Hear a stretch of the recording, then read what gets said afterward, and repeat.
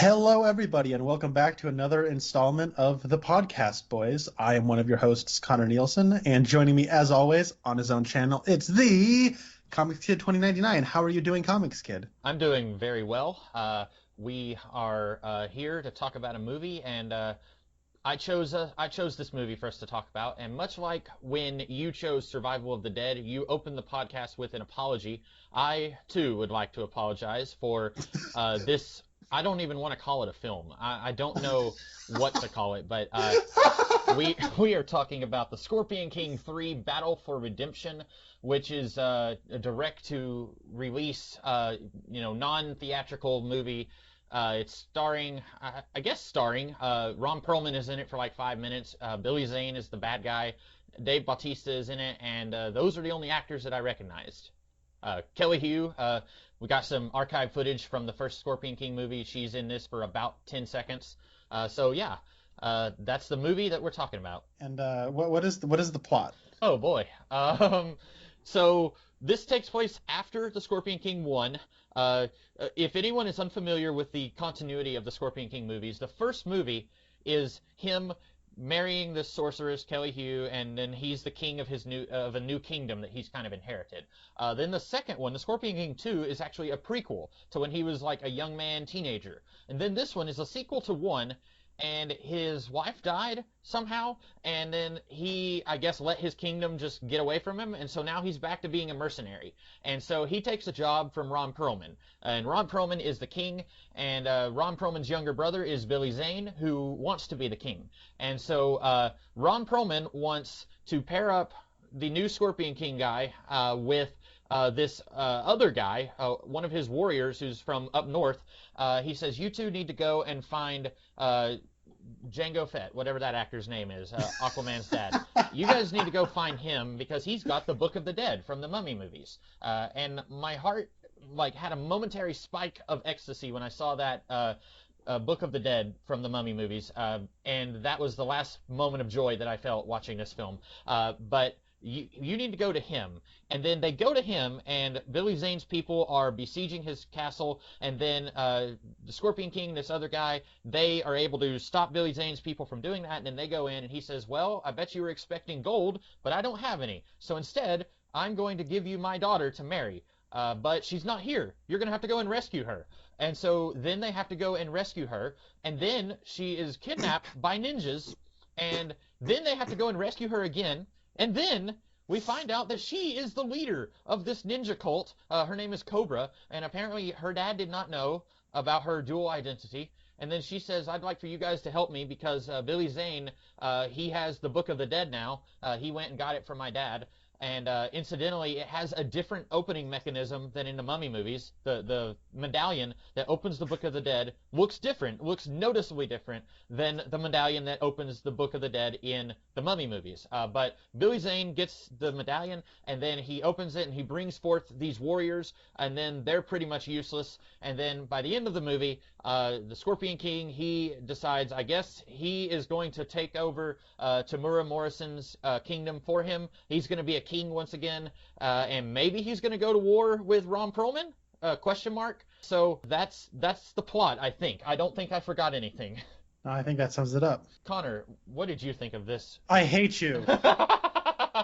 I should point out, I had not seen this movie before I chose it, and I deeply regretted choosing this. I don't know if this is worse than Survival of the Dead, but I definitely enjoyed it a lot less than Survival of the Dead. Look, this is not your fault.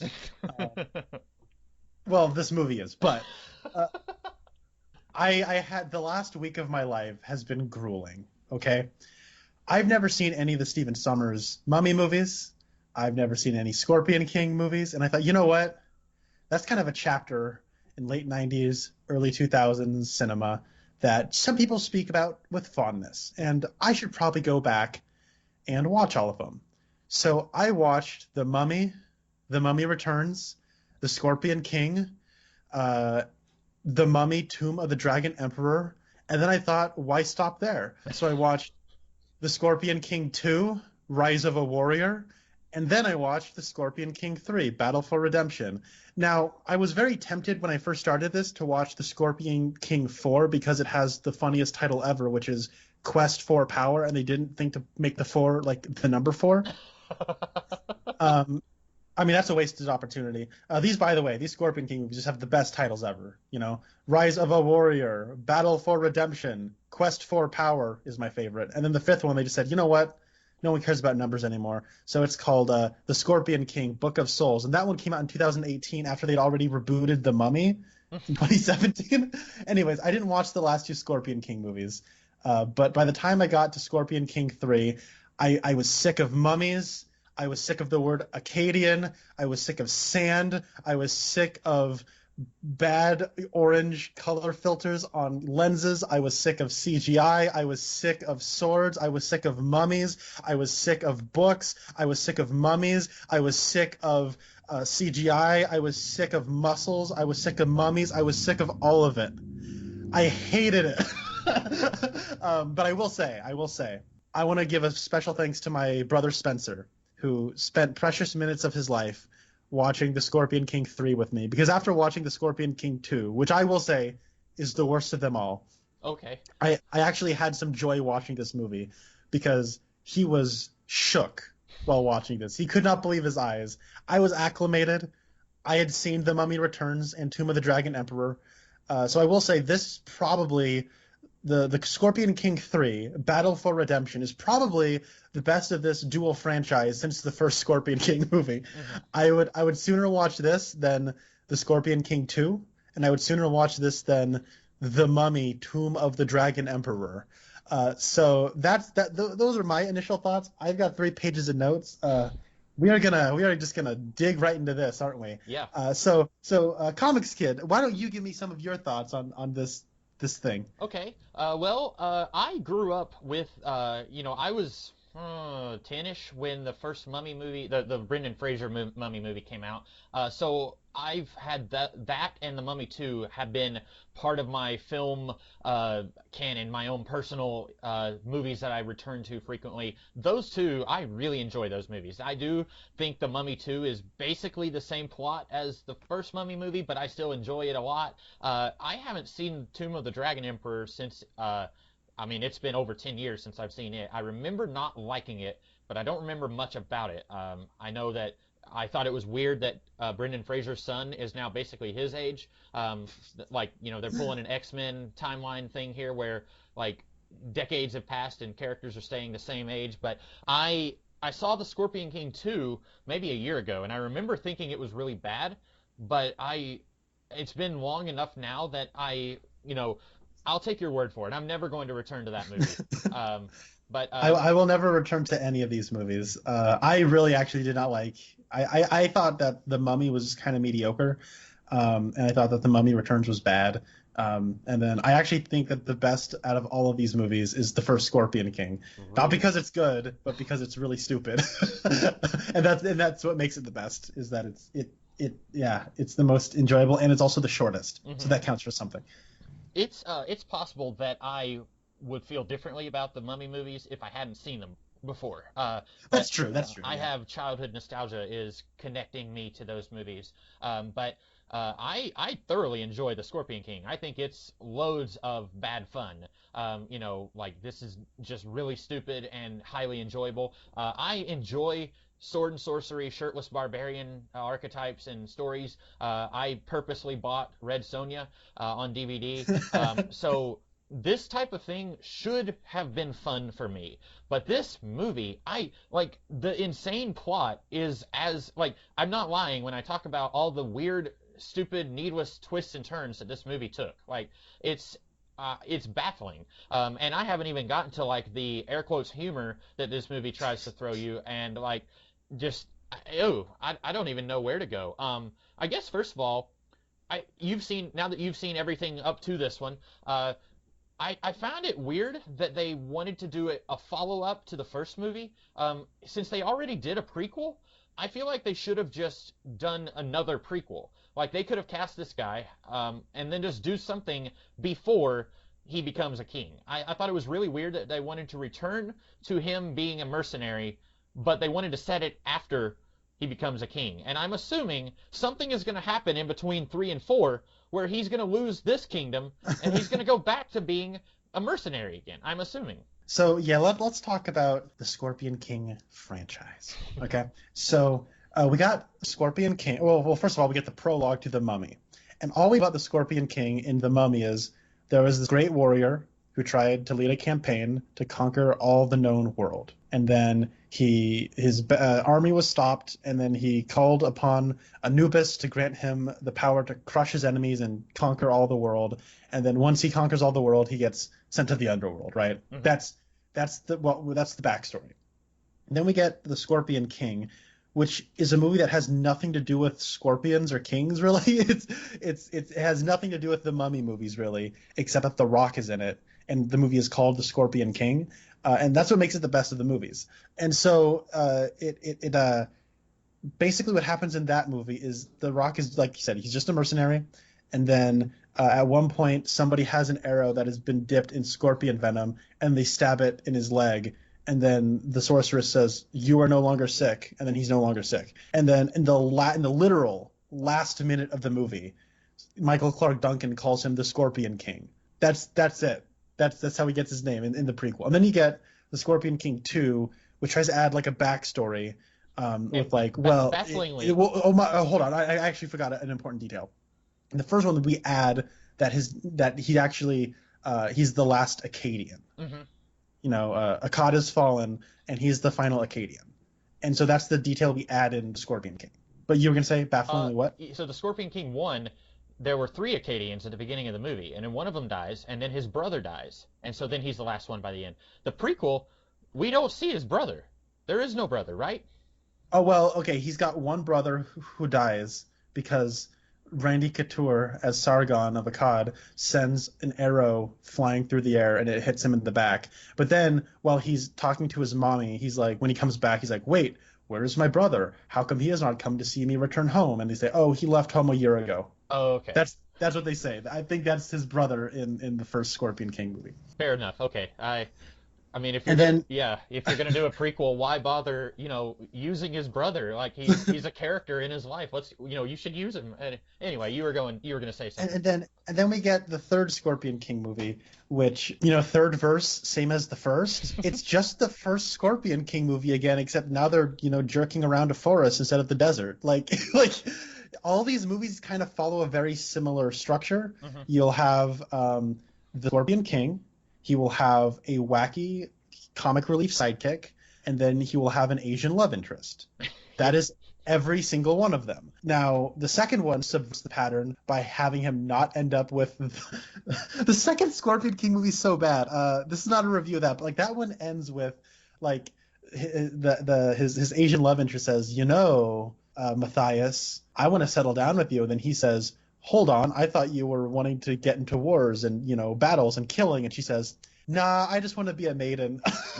I've discovered that's not what I want. I just want to hang around a house and be your servant, basically. And then the voiceover's like, but Matthias did like killing in battles. So he left her. That's how that movie ends. And then this one subverts the formula a little bit, where the comic relief is no longer like a wimp. Like in all of them, like in the second, there's like a kind of a Greek scribe, mm-hmm. kind of a poet character. And he's like kind of the Gary Stu, where he's like this omnicompetent writer insert who knows everything about all the mythologies and is basically the one who gets everything done so that Matthias can do the thing. But he's the wacky supporting character, but he's not buff, he's a wimp. And then you have in the first Scorpion King movie, you have the one wimpy guy who could be played by Rob Schneider. And so it's in this one they cast a really obnoxious big guy, and so that's the big subversion, is that they got a big guy. But in this one he does end up with his Asian love interest, and she's his princess, and he's a king again, or I guess she's his queen, and he's the king, and he's taken over he's not. It's the same thing as the first movie. I'm basically speechless. I really don't know where to go here. Did you enjoy this more or less than Survival of the Dead? You have to understand, I watched this with my brother, mm-hmm. so I don't know, because it was they were two different kinds of things. Because, okay, oh dear, I don't know. So you enjoyed Survival of the Dead more. Why don't you explain that? Well, I enjoyed us talking about it. I mean, that was a bad movie. but I guess I had less expectations going into that. You and I had talked about like how it's not as well liked as some of the other not John Carpenter, who's that guy? You know, the zombie, George Romero. George Romero. Yeah, it's not as well liked as some of Romero's other zombie movies, so let's go in kind of trepidatious. But I really didn't know what to expect going into it. And then it was just a bad movie, but we had the time of our lives talking about it. And that's one of my favorite podcasts we've done. But then this, I also did not have expectations, except I had experiences with the character and the world. And so I was kind of tentatively hoping, I was thinking it's a direct-to-DVD movie. The budget's probably pretty low, but I was hoping that it would at least be a little bit closer to being as good as the first Scorpion King movie, because I still enjoyed that movie. And then it just failed to meet even that basic expectation there. I think that this is like a case study, and like I did enjoy watching The Scorpion King. It's a stupid movie, but it knows how dumb it is, and there is fun to be had. And there's like some weird anachronisms that are kind of enjoyable. There's a fight between Michael Clark Duncan and The Rock that's entertaining. And like the opening scene is like it's a solid opening contract for that movie. You have the Scorpion King fighting off person by person while heavy metal guitars play, and then The Rock turns to his brother and says, "You're lucky we have the same mama." Mm-hmm. And then title card, Scorpion King. And it's kind of amazing when you watch that, like how The Rock's screen persona was like almost instantaneous to what it is today. Yeah. That was his first starring movie. And so that's kind of fun. And like I think that movie gets, it kind of wears out its welcome a little bit in the middle. And the ending goes on a little bit too long, but it's this franchise, so that's to be expected. But like, yeah, I do kind of enjoy the first Scorpion King movie for what it is. And like, if I'm not really into like ancient Mesopotamia, sword and sorcery, sword and sandal. I'm not really into that whole kind of a thing like you are. But if I were, like, I could enjoy that as like a solid guilty pleasure B movie, right? Like, and I actually do kind of enjoy it in that regard. It's probably the only one of these 6 movies I've seen that I would actually like maybe someday watch again. And this is like the same thing, like on a character basis. This is the same arc as the first movie, and I never want to watch it again. Being the same thing, that's kind of, you just articulated it better than I could. That's why I'm so confused why they chose to set this after the first one. Like, they've got a huge amount of backstory that they could cover here. Like if you don't want to do he's a young man and he's still a mercenary before the events of the first movie, if you don't want to do that, they could have, because in the prologue for The Mummy 2, it's like he's a bad guy, right? He's out conquering other nations, indiscriminately, and he's not a benevolent ruler. He's kind of just evil. And so if maybe you could like fill in some of that backstory, show him kind of sliding down into that character that we saw at the beginning of the second Mummy movie. Like there's other arcs you could do for this. I don't even know if we can call him a character, because he's really just a very bare archetype. There's other character arcs you could do for him than he's a mercenary who becomes a king. Yeah, there are. So I could go into 2 different directions right now. I'm gonna go with very quickly. I will say I think that the actor Victor Webster, who plays Matthias in this movie, he's not as good as The Rock, because The Rock has like a much more likable screen presence, and he's a bit flat here. He's better than the kid from the last movie, from the second one, because what Victor Webster is trying to do in this is he's trying to emulate The Rock in at least his vocal inflections, but not trying to like do the eyebrow cock that The Rock does, or try to like emulate him physically. And I think that's a smart choice, because that kid, who's basically Taylor Lautner, he could be Taylor Lautner for all I care, from the second movie, he does try doing like the eyebrow cock and like the kind of poses that The Rock does, and it's just embarrassing. Not to say that this movie isn't embarrassing, it is, but I wasn't embarrassed for the main guy. I will say that much. But you're right. Like, how does the Scorpion King lose his kingdom? His wife dies, and I guess he just leaves, I guess. I don't know. Well, no, because it shows him like burying a bunch of bodies. Okay. And it was like, oh, your kingdom fell, and you must seek redemption because your wife died, and oh my god, my brain is like fracturing right now because it's going like 5 different directions. Like that stock footage they play from the first Scorpion King, it is like night and day, where this movie is shot like digitally with a low budget, And like the first Scorpion King had a decent budget for its time, and it's shot on film. So when it cuts to like flashbacks and like they show you, Lady Deathstrike from the first Scorpion King movie, and it's like you see the film grain and you see like the way it's lit and you see like this, set design and costumes and everything. And that movie is a B movie from 2002. But it looks so much better than this movie does, and it's shocking. And this movie came out 10 years after. I should say, though, that the most important thing of note is that between the first and second Scorpion King movies, 300 came out. And boy, oh boy, did they let you know 300 came out, because they are speed ramping all the time. And then the most important thing of note between the Scorpion King 2 and the Scorpion King 3 is that not only has 300 come out, but Game of Thrones has started. And this plot is like ridiculous. It is them trying to like, oh, let's do like Game of Thrones but Scorpion King. So you have all of these factions with like ridiculous, like very not well thought out. What do we call it? Geopolitics? What do I call this? Like tribal politics? Yeah. Like you basically have 4 factions, and the plot is just a very loose way of playing leapfrog from one faction to the next, and it's trying to be like, look how complicated this whole thing is going, and it's actually not that complicated. But when I was first watching this, it felt very complicated because it was very poorly exposited, and it's amazing how the exposition can be so bad when the prologue of the movie literally just lays out exactly what is happening. But there are certain things that, like in dialogue, that does a poor job of backing up what's going on. But anyways, I could go into that, but I'm not going to go into that right now. Let's talk about the opening scene. All right? Yeah. Well, let's call this Anatomy of a Scene. I will say, opening shot, it's pretty good. It's probably the best shot in the movie. Do you remember the opening shot? They've got him hanging by a chain, and then the bad guy comes in and is making fun of him because his wife died. Well, the opening shot it starts off where you're looking at the sun, and like the camera's like moving towards the ground, and while you're looking at the sun, you kind of go beneath some walkways, and then you kind of go beneath a grate, and you notice that there's a rope, and it kind of follows the rope, and you see that the rope is connected to a wrist. Like you're sort of establishing like where you are, and I think the Universal logo becoming the sun, and you see, oh, here's a building, but you're going below the building, and now you're in a dungeon, and I think it did a decent job visually communicating all of that. And then the rest of the scene happens.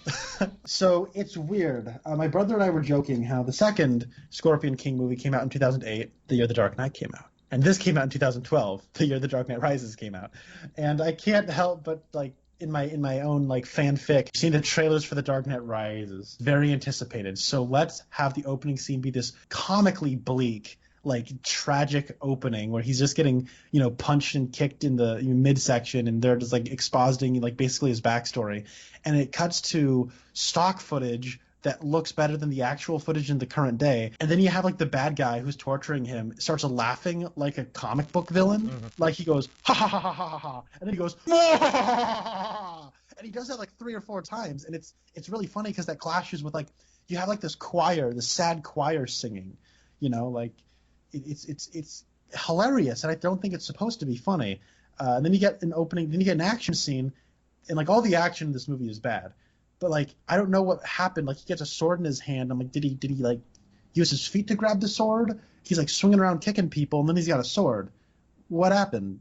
What's going on? I was noticing that there's a lot of just really confusing, like not continuity in a sense of like this movie's place in an overall franchise, but like shot continuity. Like later in the movie, there's a chariot race where Matthias is chasing after Billy Zane, and like it would keep cutting to these separate people who are not part of the chase with their buckets of oil, or their big jars of oil, and I kept thinking like, why is it doing that? And then like I was like, okay, I get why they're doing it, but I still don't understand it. Like there was a lot of that here. Like there's one part where Matthias is looking at this root on the ground. They're next to a river, and then the big Viking guy goes and starts peeing in the river, and then these ninjas jump out of the river, and like Matthias is looking at something on the ground, and like it's a clue, but I'm looking at it. I watched the whole movie, and then I watched it about half of it with commentary before I just gave up. And then I was like this, I got to that point the second time, and I was like, no, that still just looks like a root. Like I don't, and there's a lot of that, like you're saying, like where it's like, wait a minute, how did this happen? There's one part where Olaf says, in my vision, I saw dead bodies as far as the eye could see. And I was alone, and I said out loud, what vision? When did he have a vision? And like, that's all over this movie. Yeah, I agree. So I'm glad you brought up the scene where Olaf starts peeing, because a little bit earlier, during the LARPing battle sequence on the field in front of Tywin Lannister's camp. I mean Billy Zane's camp. In the middle of a field. It does like that thing where the music goes like bump, bump, bump, bump, bump, and every time like a new bump or like new musical note gets played, it like cuts to like 4 or 5 different things, culminating in a big slow-mo shot of the Scorpion King swinging a sword at somebody. And then when that happened, my I can't remember if it was my brother or me, but one of us shouted out, "Previously on Survivor!" and then when you get like the big slow-mo shot of Olaf getting kicked in the nuts, one of us shouted out, "Olaf got kicked in the nuts by Cobra!" Like, we were doing basically Jeff Probst's Survivor commentary throughout a lot of it, because this movie looks like an episode of Survivor. Mm-hmm. It does. Like, it's amazing how much less expensive and how like much the budget looks like it was slashed when they're shooting in the jungle compared to the desert. Like, it's amazing how cheap it looks. Like, the skies are constantly blown out. There's CGI fire and smoke whenever fire and smoke are used, it seems. And when you're in the jungle and they're kind of having a little bit, there's a lot more shadows, and it looked to me like an episode of Survivor. Now, maybe I've watched a lot of Survivor, but it was really funny when Cobra beats him up. Spencer shouted out, "Cobra wins immunity." It was really fun. That's how we were passing the last half of this movie, is just doing Jeff Probst's Survivor commentary. That sounds like, this movie is so bad you have to look for some way to regain your sanity. And it sounds like you were able to do that. So I applaud you for that. Yeah. So you said you listened to the commentary track, or half of it. Yeah.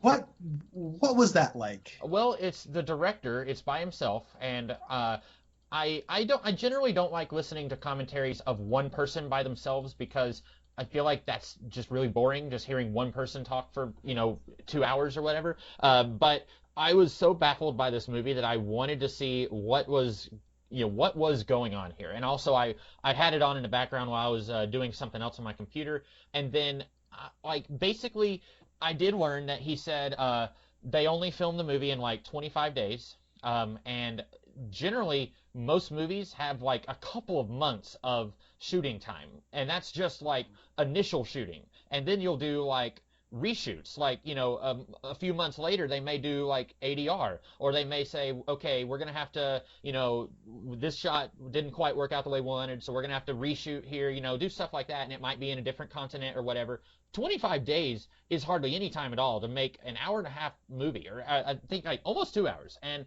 on top of that, he didn't say exactly what the budget was of the movie, but he did say he could count on one hand. So I'm thinking he meant $5 million for the budget. And the first Scorpion King movie had a budget of $60 million. And so this is barely a fraction of the budget of the first one. And I think you have a better eye for hey, that's some really bad CGI than I do. But there's a scene where they're riding camels in the desert, and the desert looks fake. And I don't have any other way of describing it other than saying it looks fake. It looks like a video game from the 90s. The sand doesn't look real. And I'm thinking this came out in 2012. There are shots of the desert from 1999 in The Mummy, and that's essentially the same franchise, that look better than this. A movie from 13 years earlier looks better than this. You'd think they might just ask Universal if they're shooting on a green screen, maybe just use some footage from The Mummy and just drop it as a background. Exactly, yeah. I'm sure they had plenty of footage. Lord knows there's a lot of shots of people riding camels through the deserts in these movies. I would even be okay with put Matthias and Olaf on camels and then sloppily green screened in front of Evie and Rick and the warden, so we see them behind them for no explanation at all. I'd be okay with that. But yeah, this movie looks cheap, and I feel like a jerk for calling it out. I would not be able to make a movie, but this is just not good. And one thing I do remember the director saying, he said, "I don't think that lack of money should get in the way of making a movie." And that's, I guess, that's commendable. Like, you want to try and do your best even though you don't have the budget that you need. But, like, getting away from how this movie looks, the script is just bad. Like, the script is so bad. Like, lack of budget should not have impacted how the script looked, because as I understand it, they already had a script when he came on board, and then they were like, okay, you have a month and you have this much money, let's make this happen. But the script is just baffling, and then, like, I can almost forgive how awful this movie looks if the story just made some kind of sense to me. That's a good point. And I mean, I guess he's kind of bringing it on himself if he's saying, yeah, lack of budget shouldn't be an excuse. Okay, cool. I don't feel bad now. But the thing is, like, more than just, like, as a director, look, it sounds to me like what you're saying is this was a job for him, right? Mm-hmm. And I also saw that he was also the cinematographer on this as well, so he probably had a very small crew if he's being the director and the cinematographer. I'm also going to lay some blame at the producers. You don't give somebody $5 million to make a sword and sorcery movie. That's just my guess. It could have been. I mean, he said on one hand you could count the budget, so that's a conservative estimate, I'm guessing. Yeah, let's say like I don't know, like if it's that small of a budget, the first thing you'll ever hear anybody say when you want to make an independent film is, when you're writing your script for your independent film, you write for your limitations. Mm-hmm. With The Scorpion King 2, I think they thought it might be a theatrical release as the first one was. So in that screenplay, they go to the underworld, there's a minotaur, and Randy Couture turns into a giant scorpion. And it all looks terrible. But, like, I could almost in my head justify by thinking, well, maybe they thought it would go theatrical because the first one was theatrical. Well, once you go straight to DVD, you never go back. So with this one, there is no minotaur. There is no Randy Couture turning into a giant invisible scorpion. And there's, you don't have those. They don't go to the underworld in this movie. So on the one hand, this movie does look better than the second Scorpion King movie. But it does also look really cheap and quite bad. Mm-hmm. But I do think I would hold my the feet of the producers to the fire on this one. That's just kind of setting somebody up to fail if you're gonna give them all the budget for this kind of a movie. So yes, I agree. And it sounded like the director genuinely he likes this kind of the old Harryhausen Greek mythology type movies. He likes that kind of thing, and so this job, while it was just a job for him, it sounded like it was something that excited him. And so I feel bad that this movie is as awful as it is. But if I'm a director and I come on board, because he said that one thing he brought to the movie was their filming location somewhere. I think it was in Thailand somewhere. And, yeah, Thailand. I don't know where the second movie filmed, but I think the first one was in Nevada. And so this one, I feel like because he said, he accepted the job with the caveat that he could change whatever he needed to change. And I think part of that was him changing the location to somewhere he had filmed before. I don't know if you've ever seen any of the Death Race movies, but he did a couple of the ones from the 2000s. And so I feel like if you are being brought on and you have already demanded that you can change whatever you need to change, go ahead and make some changes to the script while you're at it. Because I feel like you could cut... You said that it's kind of a straightforward plot, and I think it is once you get into the second half. But for the first half, it is just weird how often they throw a new curve into this story. Where first they're hired by Ron Perlman, then they're hired by Tamura Morrison, and then they don't care about the woman, but they care about the brooch that she's wearing, and then they get to her, and then she gets kidnapped, and then they get to her again. And then she needs their help. And I feel like you could have cut out the middleman twice. You could have just... I'm so glad you brought that up. I agree. And I don't know if they were just we've got to fill this out. Because if you're doing direct-to-DVD or direct-to-video, you could just do an hour-and-a-half long movie. It doesn't have to be closer, like a feature-length film. You feel like it has to be longer so that you're getting your money's worth, right? But with a direct-to-video something, it's okay if it's shorter. And I don't think anyone would have complained if this was a shorter movie.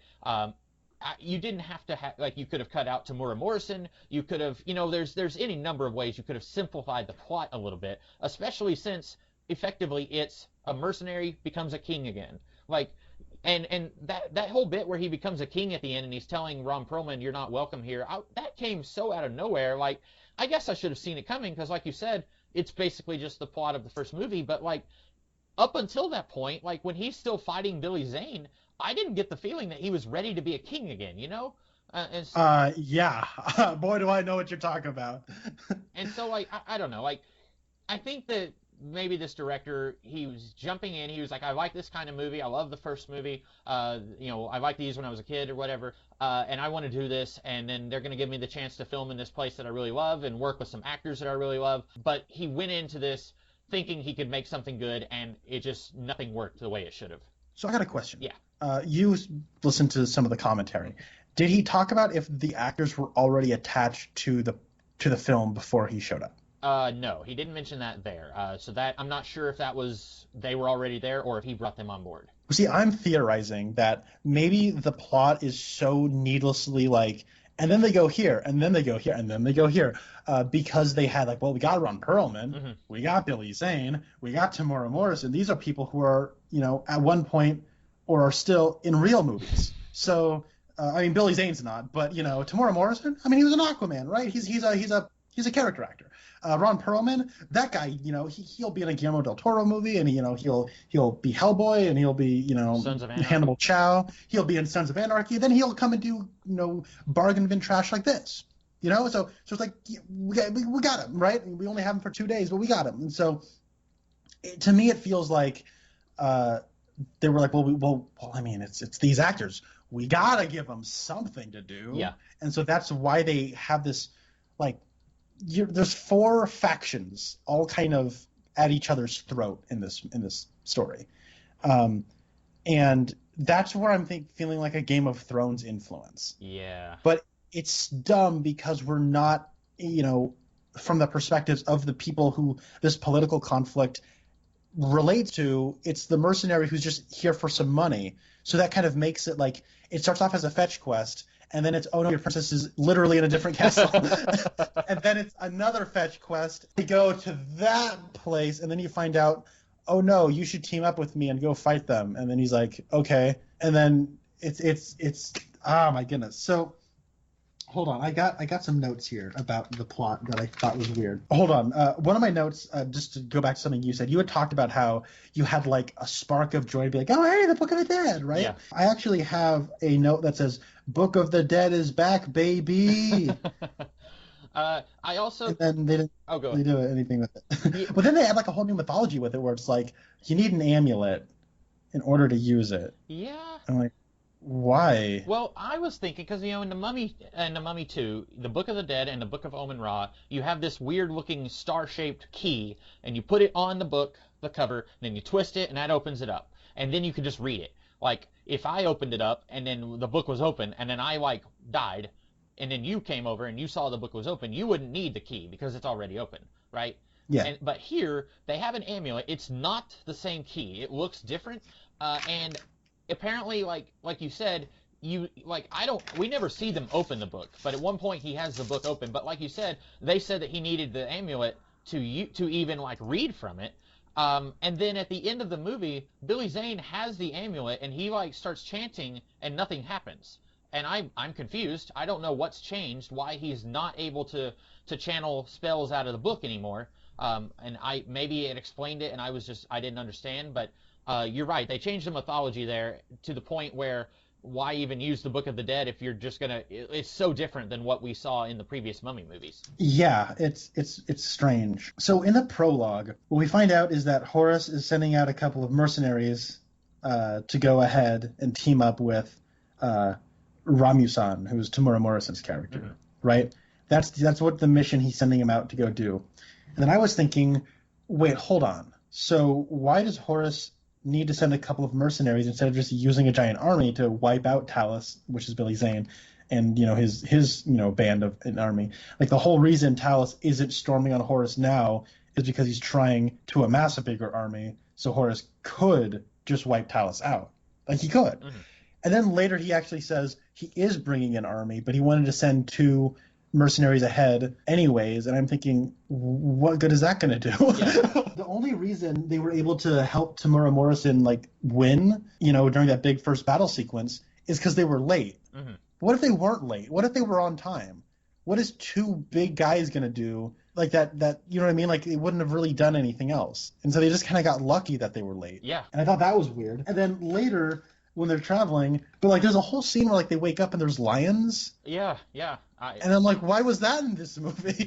He talks about that a little bit in the commentary. He said they were filming close to this zoo, where tourists can go, and he has a little bit of an accent. I think he's from Holland, and so I was listening, but sometimes I had trouble deciphering what he was saying. But basically, he said, I thought it would be cool if there was a tiger there, and that's basically it. He wanted to put a tiger in the movie. So here's another question. In the prologue, they say that Tamura Morrison, Ramusan, is Horus's, he's like the final ally he has in the whole world. And they also say that Horus is the most powerful king in all the land. So why is Ramusan the final ally Horus has? Yeah. Did Talos conquer everybody else? If he conquered everybody else, wouldn't he have an army to take on Horus? Mm-hmm. Or does everybody else see Talos?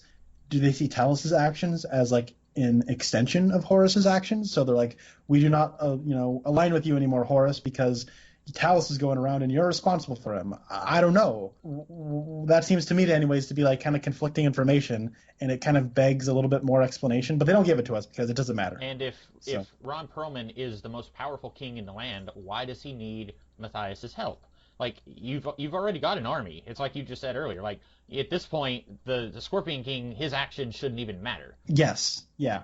Also, the fourth faction, Cobra, I would so not gonna lie, I did watch this movie 1.5 times. Okay.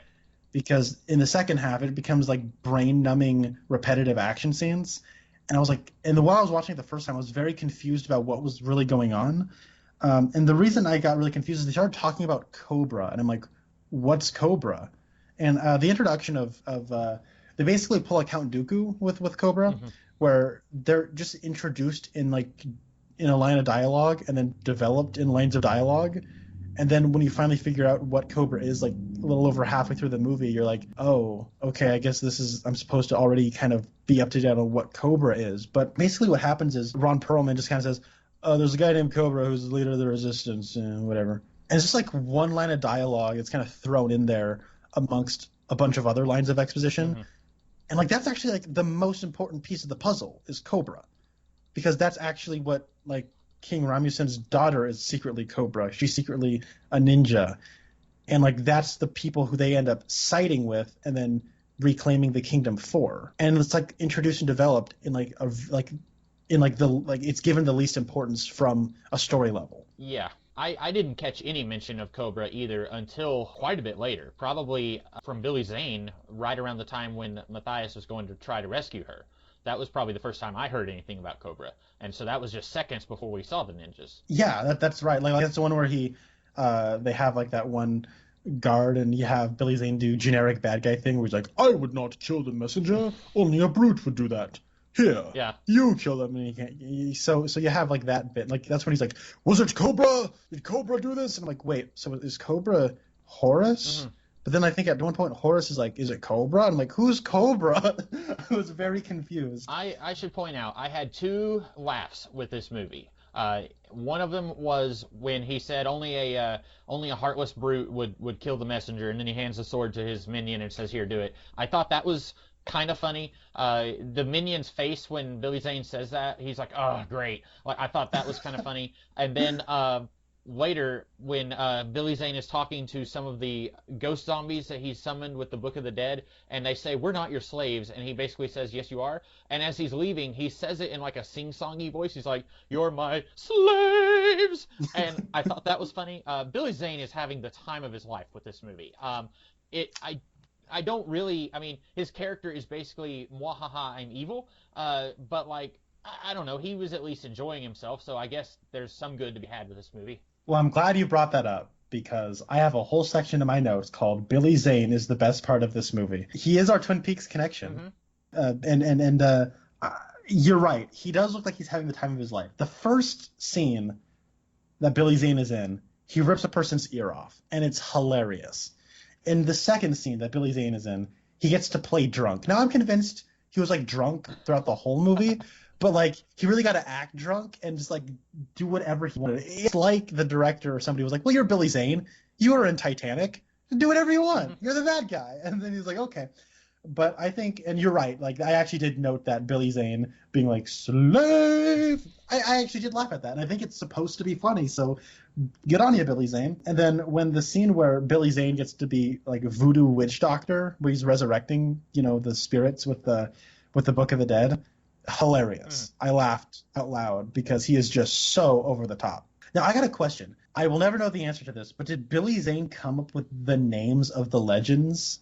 Because they sound like a kid would make them up on the spot, and like Billy Zane is drunk, so that like one of like the first one, Kimbo Slice shows up. He says, "Come Zulu Kudu," or whatever, and it was like it sounds like a fake made up name like on the spot, and he's like this scary buff like guy with demon eyes, and he's got a big flaming like axe. It's not even like an axe, it's like a giant like meat tenderizer, and it's on fire, and he's like named Zulu Kudu, and it made me laugh. In the commentary, the director said that like he would have the script, and then Billy Zane would say, "Hey, what if we did it this way?" And the director would be like, "Yeah, that sounds great. Let's do it like that." And I think he was specifically talking about the scene where he's got like the 5 or 6 women and they're trying to throw grapes in his mouth. But since you mentioned this, it's entirely possible that Billy Zane just altered the names of characters right on the spot, and the director's like, "Well, I can't tell Billy Zane not to do that. He's Billy Zane, so yeah, that's possible." What else? What else does Billy Zane do in this? There's the since we're gonna I'm gonna say we could take this moment to kind of segue into the comedy. There's a part where he wants to have his way with the woman who's in charge of Cobra, and she's like, "Oh, okay, yeah, sure," and it's all part of Matthias's plan. I don't know why that was part of the plan, because Matthias just has to climb up into his room and get the medallion from him. So I don't know why they needed to say, "Sure, you can have sex with her." But she's up there, and she's like taking a really long time to get dressed because she doesn't want to do this. And then he is like, he's waiting for it, and then he takes the medallion and like shoves it down his pants. And and then he's like trying to feel her up, and she's like grabs his hands and is like, putting I don't know, trying to like break his fingers sort of. It's goofy as heck. This movie is not. I don't. Did you have any moments where you genuinely were laughing and not like you're laughing because you're watching a bad movie with your brother kind of thing, or was it as bad as I thought it was? That sequence, like with Billy Zane having all the stuff down his pants, I just saw that as like Billy Zane was being wacky and like trying to be goofy and silly, and I did laugh at that. But I think I did laugh honestly at it because I think Billy Zane was trying to be funny, like the part where like Matthias is like trying to grab him, and then he like reaches into his pants to grab a knife to stab him with. That was hilarious. That was great. I love wacky drunk Billy Zane. He's the best thing in this movie. Yeah, I have to agree. I feel like with anything that wasn't Billy Zane, they're trying to go for humor, but it honestly, and I don't want to sound mean, but it feels like they're aiming for like what a child would laugh at. Like, several times Olaf will burp, and it's like, that's the joke, that he burped. And then he goes and he's peeing in the river, and like there's a long shot of him where we're seeing his whole body, and he's got his hands like at his crotch where it looks like he might be about to pee, but he still has his skirt down. So like you're not actually. At first I thought, are they doing full frontal in this movie? And I was like, no, he's still got his clothes on, but he's acting like he's peeing.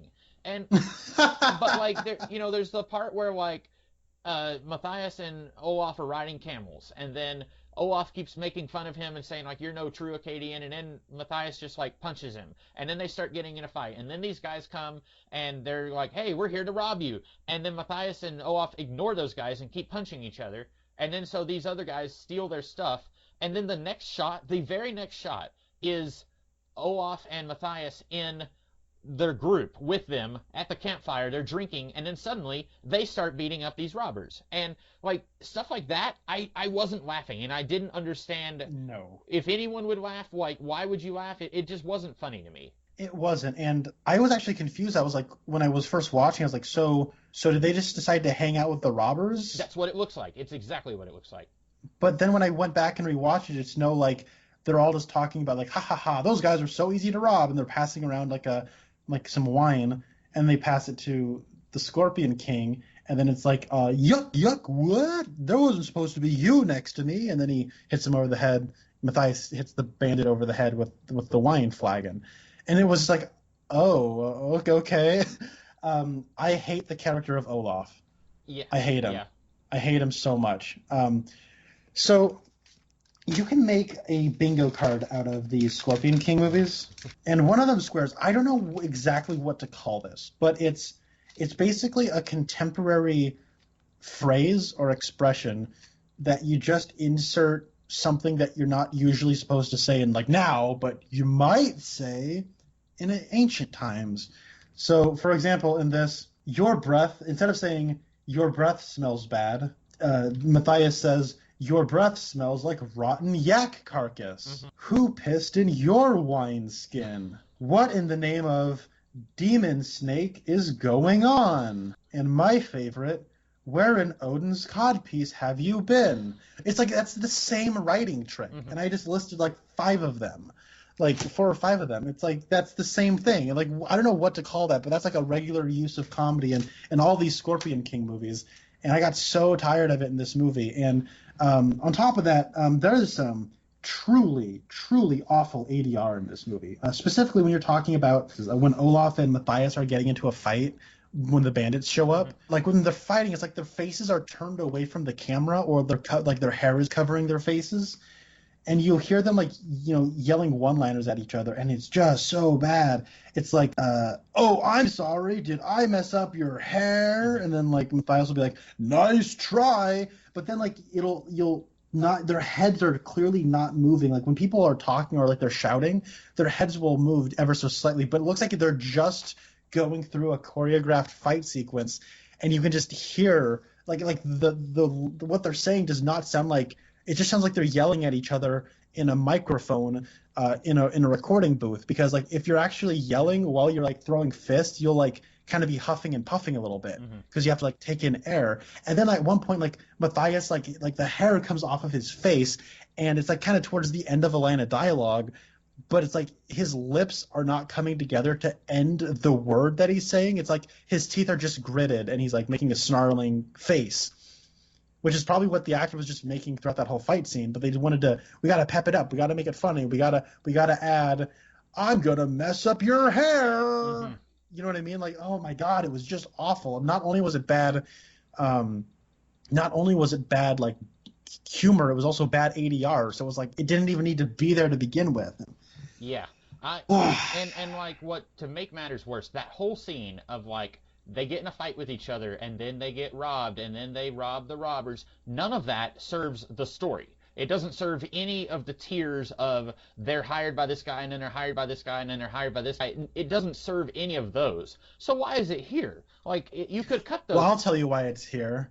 Because that way, when they poke the bandits with the fire, they can say, make mine medium rare.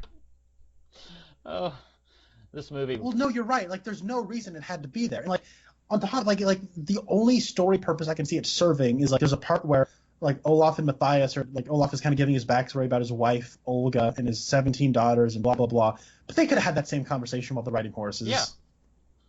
And then that. Oh man, you're right. Yeah. This movie is, I think, it's retroactively making me stupider as we talk about it. I was a fan of the non sequitur dialogue. Here's how you don't write a scene. So King Horus says, you got to go and do this job with somebody else. And then Matthias says, I work alone. You know that. And then King Horus responds with, Matthias, you stand to save a great many people. You could seek redemption with this. What does that have to do with him working alone? Very little. It doesn't. It's a non sequitur. That's how you don't write a scene. And like I was like, he says you seek redemption. Like, how is him helping what's his face have anything to do with his own kingdom getting annihilated? It doesn't. Like, this is a completely separate thing and entirely unrelated. Yeah, I will say this movie is maybe the second time that Billy Zane was in a movie where there is a picture of a woman who has a priceless jewel draped around her neck, and that woman is basically in the unwanted possession of Billy Zane.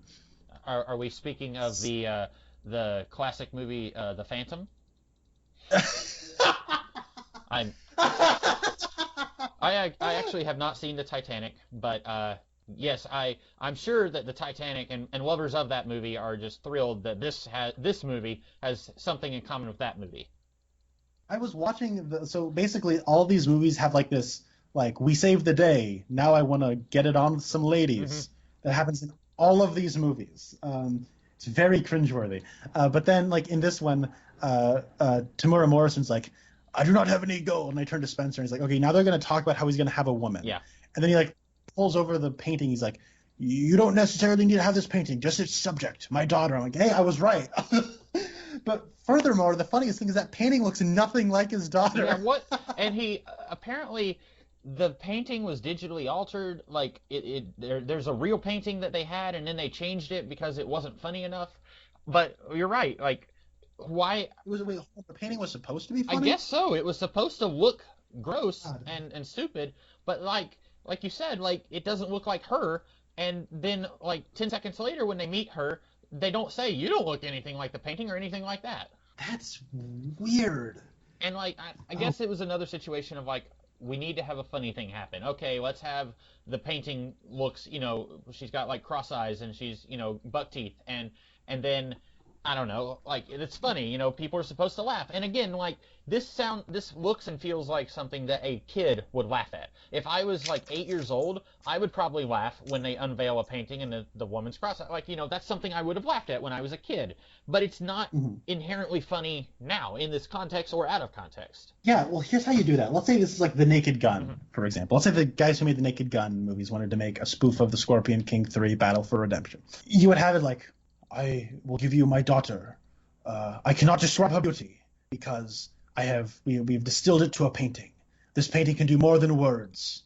So here I go, and like push in dramatically on like the painting that still has its drape on it. Pushing on Matthias and Olaf, and they kind of lean in a little bit. The music kind of builds up a little bit, and then Tamura Morrison pulls off the sheet, and then there's this big vroom, and then extreme close up on like the painting's goofy face, and then they go, whoa! You know what I mean? That's how you do that. Like, as it is, like, they just kind of pull it off. I'm like, oh, is this some kind of like cubist piece? Is this like the way their culture does paintings? Matthias is like no response to the goofy painting. Well, he kind of is like, what in the name? And then Olaf is like, she's magnificent. She's just like my wife.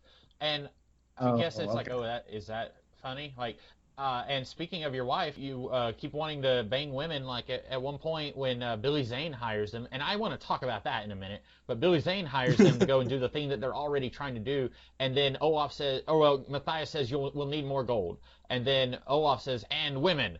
And I'm thinking, you're married, aren't you? You were talking about how much you love your wife and how you're trying to have a son, and like, again, he's just the goofy comedy guy. Like, that's all he is here, and so whatever we need to do to get a laugh, we'll do it. But yeah, so Billy Zane is at his camp at one point, and he's got Cobra tied up, and then Matthias has snuck in to try and release her, and she's not wanting him to do that because she deliberately got herself captured so that she could find something that Billy Zane had. I think the medallion for the Book of the Dead, and then she couldn't find it because Matthias came in and bungled it, and then the ninjas come in and they save Cobra.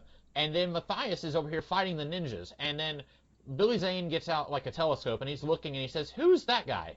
And then he goes over and hires Matthias. Now, if I am a warlord and I'm out in the middle of nowhere and then some ninjas attack and then I see someone that I don't recognize and I say, who is that? Then I know he doesn't work for me. So then I'm thinking, what is he doing here? And then he just goes, and without any question, he hires Matthias and Olaf to go and rescue the woman. And I'm thinking, like, you should probably have questioned what they were doing there in the middle of your camp. Like, they probably weren't there to be your allies when they were, like, just because they were fighting the ninjas doesn't mean that they're friends of yours. And in fact, they weren't. Okay, yeah, let's break that down even further, because you're absolutely right. It's weird, because then he shows up and he's like, as you know, ninjas stole my wife. I'm like, no, they don't. Yeah. Like, I mean, they do, but like, how would you know that they know that? Right. And then he's like, to resist my offer is to die. And I'm like, you know what? Okay. Later in the movie, like one of the things he says is like, if you resist my offer, I will kill you, and if you do something else, then I will also kill you. Right. So basically, you have to do what I say. Yeah. And if you do what I say, then you will get rewarded with a bunch of riches and women. Throughout the rest of the movie, like while they're away, it never cuts back to Billy Zane being like, "Where are that Acadian? Mm-hmm. Where is he? I need him. Like, where is it?" You never hear that. But and when they do show back up, he's like, "Oh, hey, I forgot about you guys." Yeah. I'm like, what? Yeah, and Connor's not wrong, because he sends Matthias and Olaf to go rescue the woman, and then he opens up the book and then summons these ghost zombies to send them to go and do some stuff, and that actually makes Matthias and Olaf's job harder. And then when they bring her back, Matthias even says, yeah, this wasn't easy because you sent those guys. And Billy Zane is basically like, oopsie, sorry. Like, that's basically what happens in the movie. Okay, I'm also very confused about this thing. Like, this thing drove me crazy because, like, I couldn't understand what was happening. So basically, the only reason, I mean, I think it's just stupid that they're like, we'll give you a prize. You got to go fish it out of another tent, but you can have my daughter if you want. Like, that's stupid. That's terrible writing. And then so they're like, okay. So then they have a little plan to get into the complex. By the way, I also wrote down the little crystal spyglass that Matthias has. That came back. That was also in the first one. For whatever I saw on Amazon, it was basically like the jewel spyglass is in this movie, but also Billy Zane uses like a normal spyglass that wasn't invented until 1605. Oh, can I talk about weird historical inaccuracies for a minute? Yeah, go ahead. I want to get back to the tent thing. But you talk about this while we're here. I am the worst at history, okay? I don't know history, but I know that ninjas did not exist in the same time period as the post-Akkadian Empire, okay? Because I ended up looking it up just to have a good idea. Okay, the fall of the Akkadian Empire was like 2200 BC, okay? And then ninjas generally were around 1500 AD. So we're talking over 3,000 years from when Matthias would have existed and when ninjas would have existed.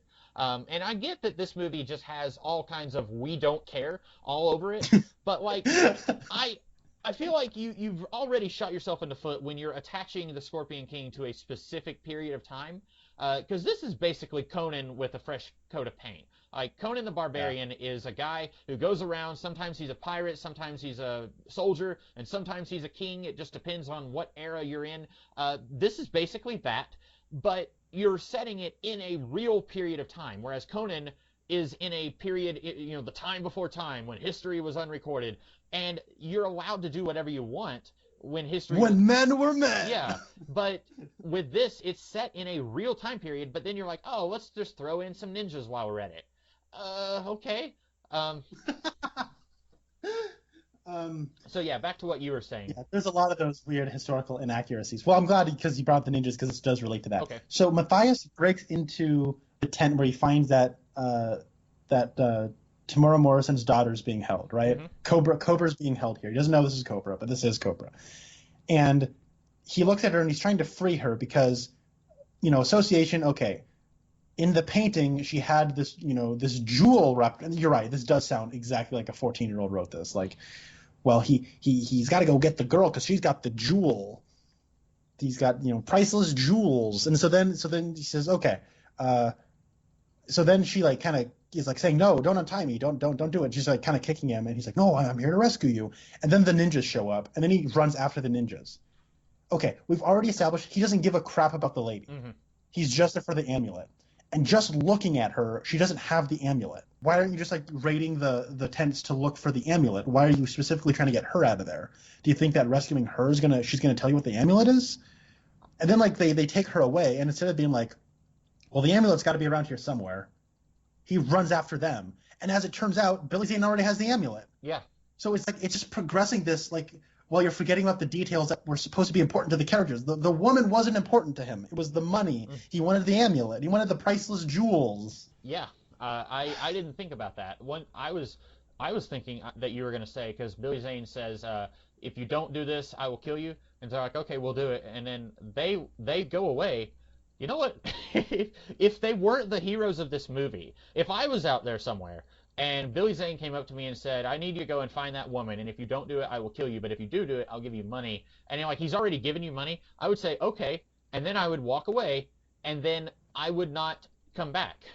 Like, you're gone. You don't have to, you know what I'm saying? Like, yeah, no, that's exactly what I was thinking too. They have no reason to come back, and they do because it's part of their plan to get the amulet so that they can, do the thing. But like, they at this point, because he says, I'll kill you if you don't do it, that would only push them further away, I would think. Like, and he has no way of killing them unless he said, like, I'm going to send my man Joseph here. He's going to go with you to make sure that you do what you're supposed to do. Like, okay, that might work, but they don't do that. Yeah, and then like, how about this? How about when Tamora Morrison's like, sorry, you got no gold. How about they just turn around or sit on their thumbs, wait for Horace to show up and say, okay, give us our money. Yeah. And he didn't have his gold, so shell out his share. You know what I mean? Yeah. And then you can turn to Tamora Morrison and say, all right, the money that you were going to give to us, when you have it, just give it to him. Yeah. And then, or more than that, then it's like you have this like terrible exposition that is like the kind of thing that you hear in like a TV show that like is just so blatant laying out what the plot is. It's like, you have these sort of things in TV shows when they have a previously on, you can just have somebody laying out what the plot is so that you can understand what it is. You know what I mean? Like that's sometimes why you'll have a scene like that in a network TV show. Mm-hmm. You have it, but this is like a normal movie. But in a scene, it's basically like that. In this movie, Olaf is like, so let me get this straight. We're gonna go do this so that we can get paid twice for the same job, so that they can get money for Morrison, and they haven't gotten paid from Horace yet, and they'll also get money from Billy Zane, all in like the same swipe, I guess. But like, how are they getting money from Tamora Morrison? How they wouldn't be getting paid twice because they don't have the amulet, and they just stupidly think that the amulet is with her, when like one glance at her would say that she doesn't have the amulet. Mm-hmm. Like, it's not around her neck. She has something else around her neck, and she's not wearing enough clothing to like hide the amulet anywhere on her person. Yep. Well said. This movie has so many like, wait a minute, that doesn't work. That doesn't make sense. And I mean, it's in every scene, and probably multiple times in every scene. It's got layers. Yeah. It's got layers. At the end, when Billy Zane was getting like ripped apart by the people, mm-hmm. Spencer just said, "Talus, your tribe has spoken." I had a question about that. So he says, first of all, do you know why he suddenly wasn't able to use the Book of the Dead? No. Okay. Maybe he doesn't have it in his hand. Okay, that's fine. But that would be stupid. But then because it's all about just knowing the spells anyway. Yeah, then he says, well, the book is already coursing through me, so I will come back like a bad idea, and I will haunt you. And in the extra features, there's like little interviews with each of the actors, and Billy Zane said like, maybe I'll be back in one of the sequels, and we'll see what that looks like. And I was thinking, oh, Billy, you're better than that. Like, you've resorted to doing KFC commercials, but you're better than that. Like, you don't have to do a Scorpion King 5 or whatever. I'm really curious if they brought him back. I don't think they did, but like that, I will eat my hat. Billy Zane came back for one of the Scorpion King movies after this one. Look, they peaked with their talent as far as their direct-to-video movies go with this movie. Yeah. Because the next movie I guess Victor Webster reprised his role as the Scorpion King for the Scorpion King 4, Quest for Power. Mm-hmm. But the only other name in that cast I recognized was Emmett Walsh. I don't know if you know who that is. The name is familiar, but I don't... He's a character actor. He plays Captain Bryant from Blade Runner, who's the guy who basically tells Rick Deckard, okay, we got a bunch of replicants here on that you got to kill. And he also has a very small bit role in Knives Out. He plays the groundskeeper with the VHS. That's who that is. Okay. That's the only name I recognize in Scorpion King 4, Quest for Power. With Scorpion King Book of Souls, I recognize no names. So they really peaked with Scorpion King 3, Battle for Redemption. Sadly, this movie didn't win the fight to redeem the franchise. He says like I'm gonna come back, which I don't know how, or like just because you have read from the book doesn't mean that you will come, because otherwise like any number of people could have come back, right? Like in the Mummy movies, someone else needed to read the Book of the Dead in order to bring back Imhotep. So he did, and he was a priest, so he probably knew the book pretty well. So like he wasn't able to come back just because he had read the book before. So like I don't know if they were thinking, oh yeah, we'll get them with the sequel bait here. I don't know if that's what they were thinking, or if this was more Billy Zane just like, I'm just going to change up the dialogue because I'm Billy Zane and I can do whatever I want. I legitimately don't know. When it comes to like the world and mythology of this, I stopped caring once there were Yetis in the Scorpion King or in the Mummy 3.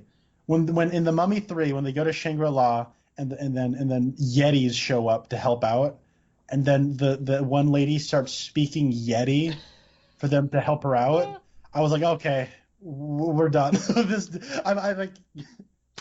I can't take this at all remotely seriously anymore.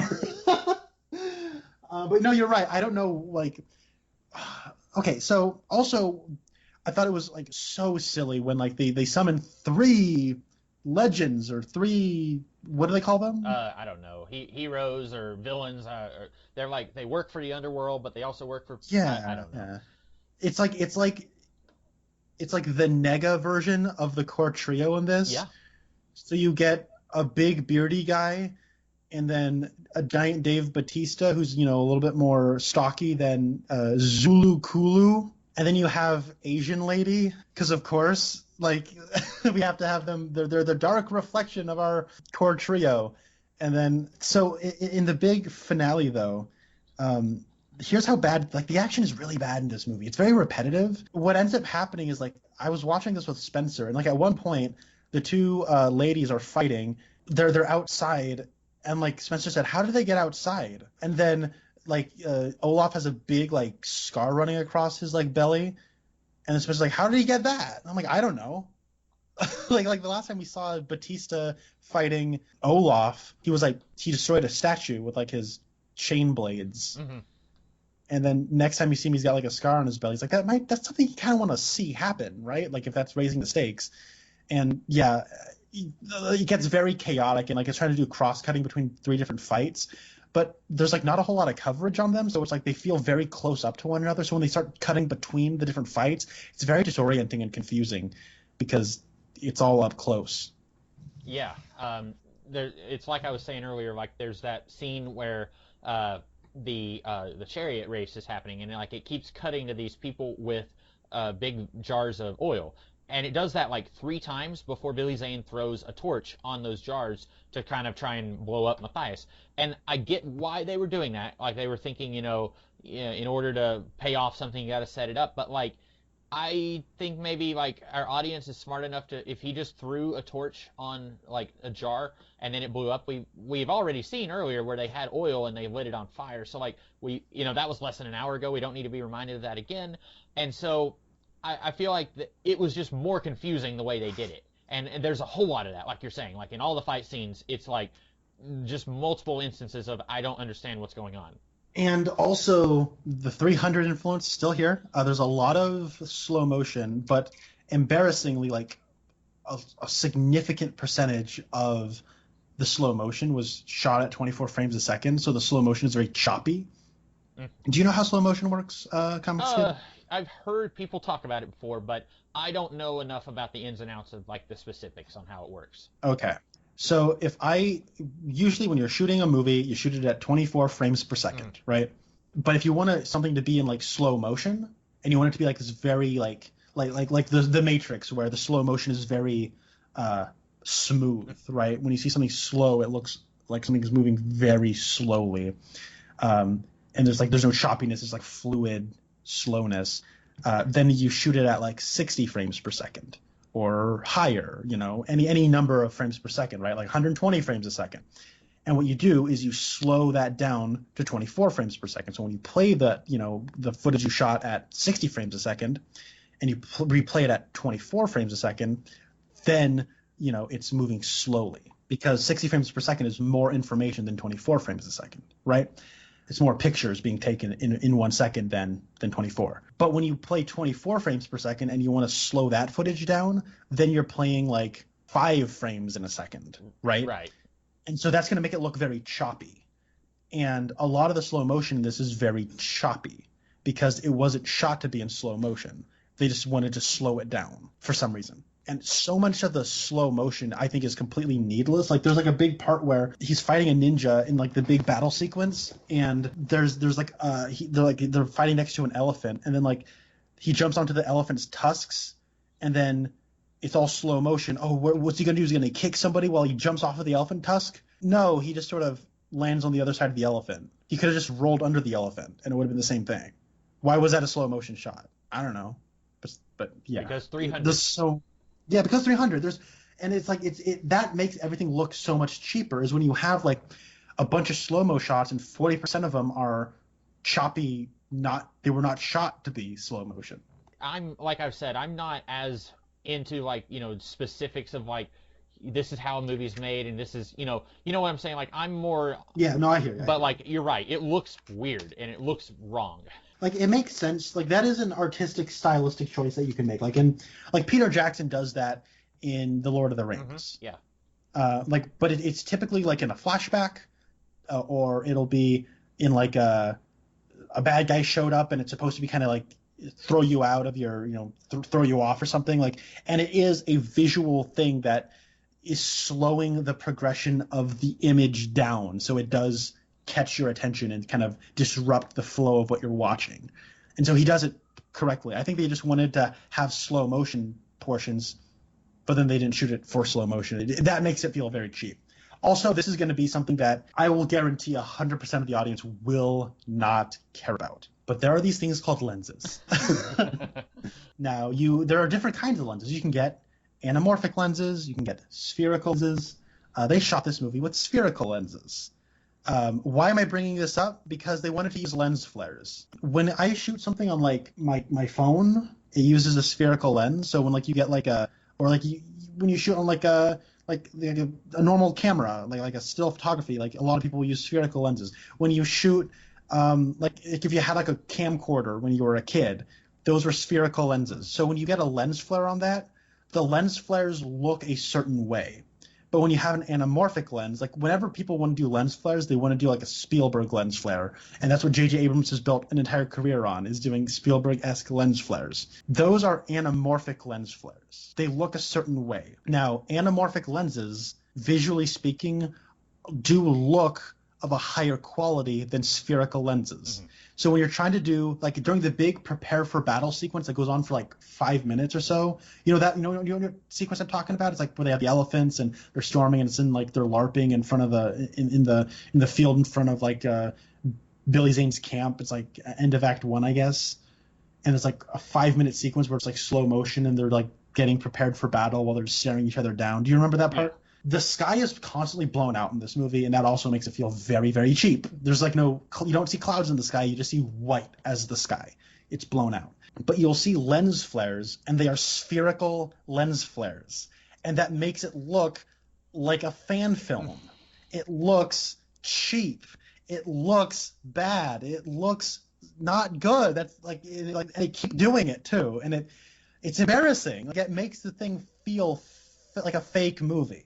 Man, that's like a very specific like detail that I don't think like nobody else cares about but me. But like I think that was like one of the things, and Spencer actually is the one who explained all that in detail to me last night. But I thought I should probably relay it here because it was driving us crazy. Yeah, and again, like I don't know when a director signs on to do a movie and it's like, okay, you have $5 million and you can get it done in a month.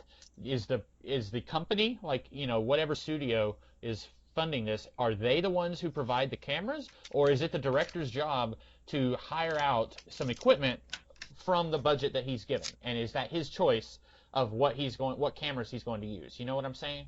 Yeah, that's a good point, and I actually don't know. I think it maybe varies from project to project. Maybe this is Universal Home Entertainment specifically, so I don't know if they have their own like, okay, this is the equipment for the lowly direct-to-video movies. I don't know.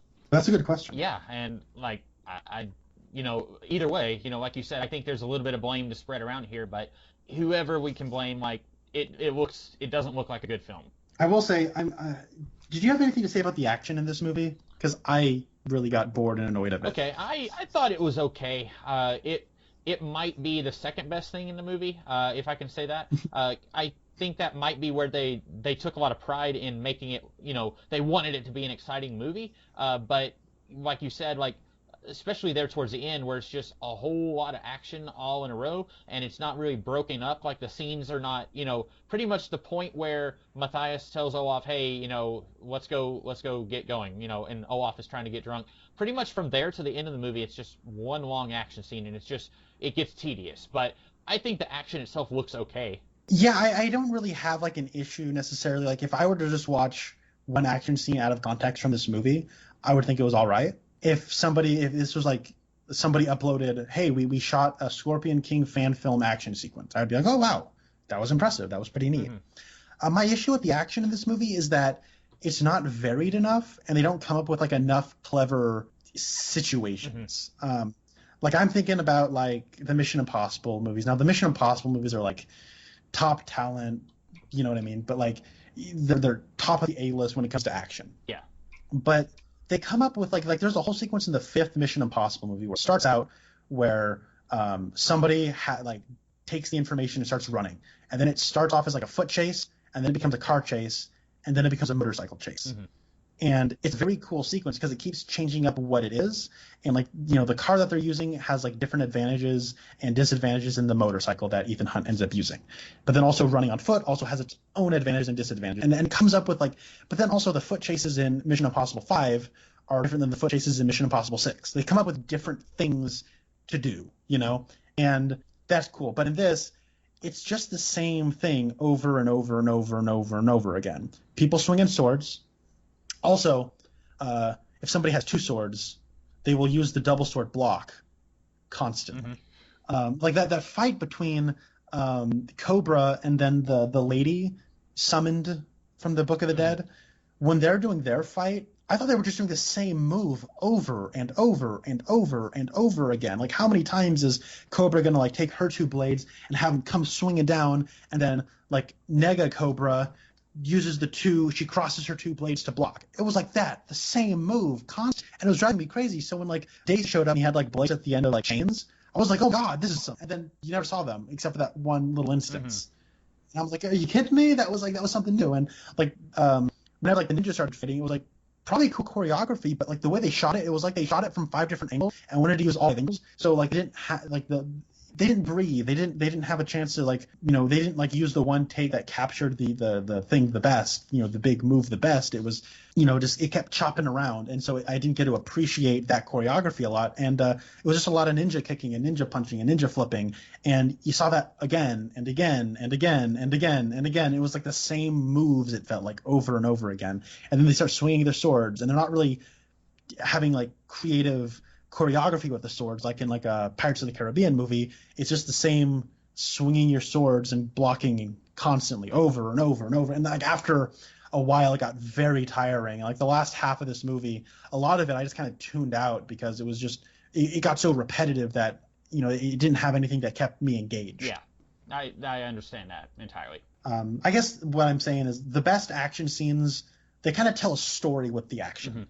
There's a choreography there that's almost like a dance that you kind of you reveal things throughout it with the moves and the action. So yeah. Very quickly, there's actually one thing that I had written down that I underlined 4 times under my action rant. There's a part where like Olaf and Matthias are like sneaking. It's like the first sequence where like Tamora Morrison's men are being invaded by Talus's men, and it's at night, and then Matthias and Olaf have showed up late, and they have to storm. They have to be stealthy. Do you remember that part? We got to move in like stealth. And so you see Matthias like walk up behind somebody and stab him, and very quietly, slits their throat or something. But then Olaf walks up and like this is a comedic moment where he like taps him on the shoulders and goes, shh, getting their attention. And then it's like he's supposed to strangle them at the same time, but it looks like he just squeezes their shoulders until they die. Yeah.